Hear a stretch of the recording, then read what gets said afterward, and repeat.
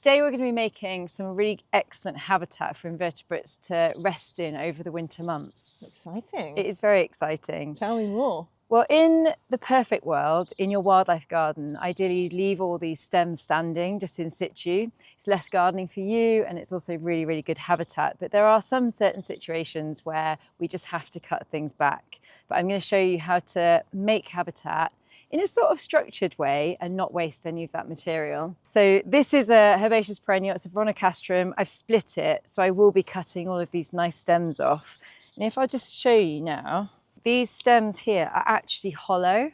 I always say every hole's a goal in wildlife gardening, and that's really, really good places for all sorts of invertebrates to hide in over winter from the cold weather. So I'm not going to throw this away. We are going to get cracking with making a bug snug or a twigwam, whichever you decide. I like that. Let's make a twigwam. Let's do it.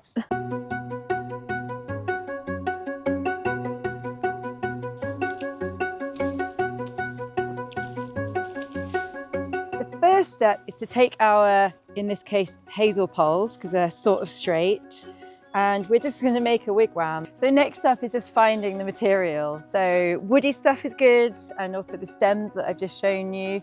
And you can make it as neat or as messy as you want. There are no rules with this. I like to prefer cutting sort of equal length pieces. And then I'm just going to start actually laying these into the bottom of the twigwam. Any old way? Any old, well, I don't know. How do you feel about a little bit of a spiral thing going on? I like the idea of a little spiral thing going on.